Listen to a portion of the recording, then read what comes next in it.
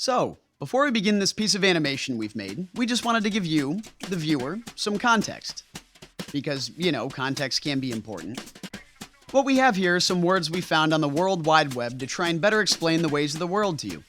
Some of these words are feelings, some observations, and others completely untranslatable from one language to the next. Every culture has a word to describe those things near and dear to them. For example, the Eskimos have 50 different words for snow. Overkill? Maybe, but you now know that Eskimos are most likely mundane conversationalists. Just kidding, Eskimos, though you probably don't have internet to get offended by this. There are a few things in this world that are universal. Words definitely aren't one of them. And that's what we're here for, to break some barriers and open your mind to the ways of other cultures. Or just provide a conversation starter with that girl you thought was too hipster to be interested in you. And if that's your plan, the indigenous people of Tierra del Fuego have a word for you. Mami la Tahitape, which is that split second of awkward eye contact you share with Little Miss Hipster, and also the first word on our list of 12 untranslatable words.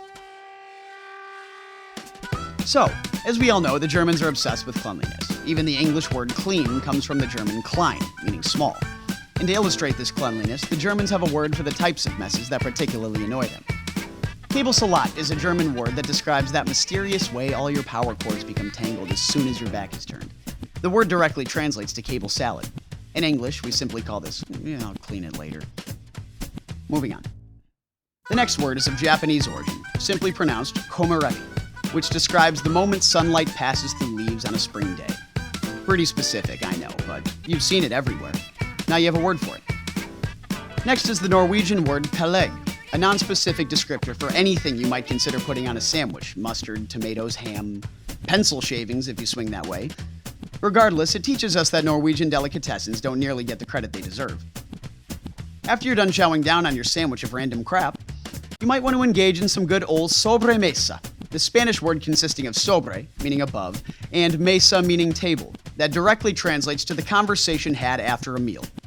Unless you're eating alone, in which case the word for you is depression. We also have words within the United States that don't directly translate into the English language, the Hawaiian word panapo'o being one of them, a word that describes the act of scratching your head in order to help you remember something. One can see the Hawaiian art of panapo'o being practiced in nearly any retirement home across the country. Our seventh word is the Swedish mungata, defining the glimmering, road-like reflection that the moon creates on water. Deep, right?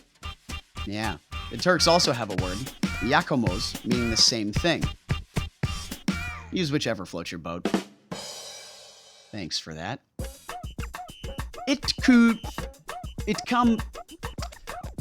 I got this. No, I don't. Eksuarpok.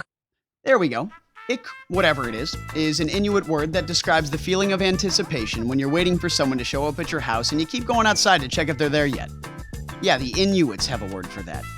So the next time you're making an angry call to FedEx about a package that should have arrived yesterday, just remember that there's a lonely Eskimo stuck in sub-zero temperatures who's been waiting 4 years for the exact same thing. If you're not one for expecting company, live in the woods and most likely make your own clothes from hemp grass, the Germans have a word for you too. Waldensamkeit, consisting of the words Wald, meaning forest, and Einsamkeit, meaning loneliness or solitude. It describes the connectedness to nature one feels from being alone in the woods. In English, this word simply translates to hippie. Next is the Italian qualicino, used to describe the ring of water left on a table by a cold glass. That's right, there's a word to describe why your wife doesn't want to host dinner parties anymore. Last but not least, we have the Hebrew word lishma, which means learning for the sake of learning, something you're doing right now, actually. Chances are, our video won't provide you any knowledge you couldn't have already seen on your word of the day toilet paper. Chances are you'll probably never hear an Eskimo talk about the same thing 50 different ways, though they'll still be anxiously awaiting your arrival.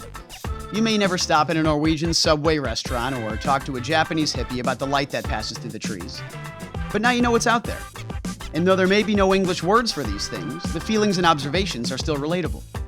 So spread the knowledge you've gained today. There's still a lot more to learn, but you, the viewer, can now consider yourself 12 untranslatable words smarter.